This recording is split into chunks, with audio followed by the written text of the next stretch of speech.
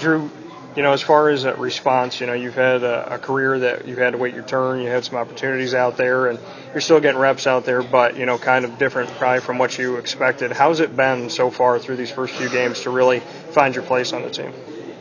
Yeah, first few games, as in like the whole season so far. Yeah. How you doing so far? It's just been basically my mindset is I got to just keep plugging along. I just got to. When I decided to make the move from Oklahoma, I decided, okay, I'm going to be somewhere else. And once I decided I was coming to Syracuse, I committed to this team, I committed to this program. I committed to these guys, and it was just, I'm going to sell out for these guys and do everything I can, whatever I need to do. And, they wanted me to be the starter at the beginning of the season, so that was my place.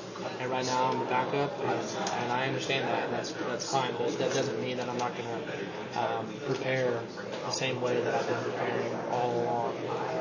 Ever since I started, ever since I, went to Oklahoma, and ever since I came here, I have the same mindset. I'm preparing like I'm the starter. I'm preparing like every game this season. I've prepared like I'm going to play. So nothing's changed.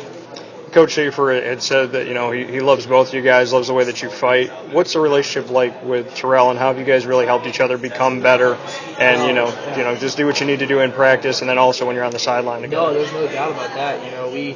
No matter who's in there, when Terrell comes off the sideline, I'm just as into the game as he is when he's out there on the field.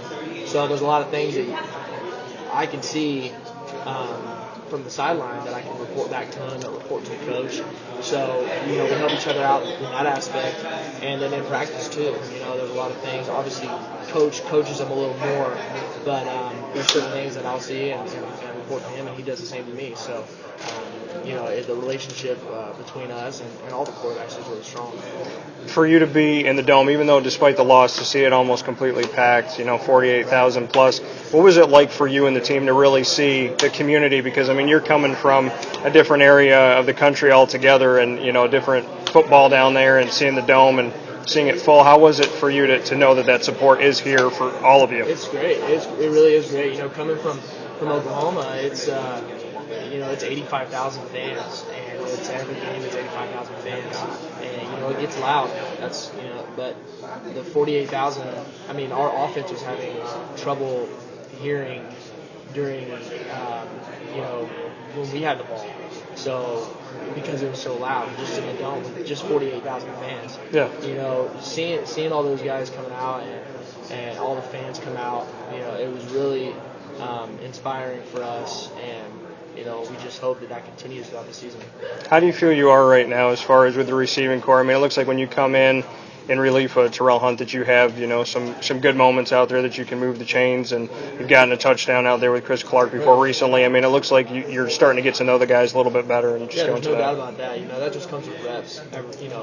Whether it's routes on air, whether it's 7-7, team, just every single rep that I take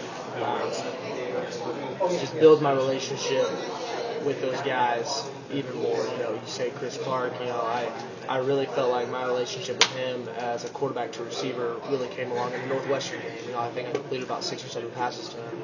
And, just knowing different techniques that they use and when they're going to break and how they're going to break and where they're going to be certain routes, that has definitely come along from game 1 to game 5.